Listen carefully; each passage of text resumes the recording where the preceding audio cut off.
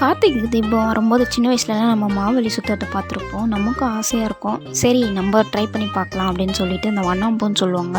அதை எடுத்துகிட்டு வந்து அடுப்பில் போட்டு அது கொஞ்சம் ஃபுல்லாக எரிய வைக்காமல் கொஞ்சமாக எரிய வச்சு அதை எடுத்து அது கூட கறி துண்டை எடுத்து நசுக்கிட்டு தூளாக்கிட்டு அந்த தூளை எடுத்து ஒரு காட்டன் துணி ஒன்று எடுத்து அதில் வச்சு சுற்றி நல்லா வந்து டைட்டாக கட்டி விட்டுடணும். கட்டி விட்டதுக்கப்புறம் சில பேர் என்ன பண்ணுவாங்கன்னா இந்த பணம் அந்த குச்சிலே செய்வாங்க. எனக்கு அது கிடைக்கல. அதனால் நான் வந்து கிடைச்ச குச்சிலே வந்து வச்சு சுற்றி நூலெல்லாம் கட்டிட்டேன். அதுக்கப்புறம் கயிறு எடுத்து கட்டிட்டு நெக்ஸ்ட்டு நெருப்பு துண்டு எடுத்து அதுக்குள்ளே வச்சோம்னா அது பேர்ன் ஆகிடும். அதை எடுத்து அதுக்குள்ளே வச்சுட்டு நான் பேர்ன் பண்ணேன். அதுலேயும் தீ பிடிச்சிக்கிச்சு. சரி பாருங்கள் எப்படி பொறி வருது பாருங்கள் அழகாக. அதுக்கப்புறம் என்ன ஜாலியாக பசங்களோட சுற்றிட்டு இருந்தேன். செம்ம ஃபன்னாக இருந்துச்சு. இப்போ யார் யாரெல்லாம் இந்த மாதிரி சுற்றுறீங்கன்றதை நீங்கள் கமெண்ட்டில் சொல்லுங்கள். ஹாப்பி கார்த்திகை தீபம்.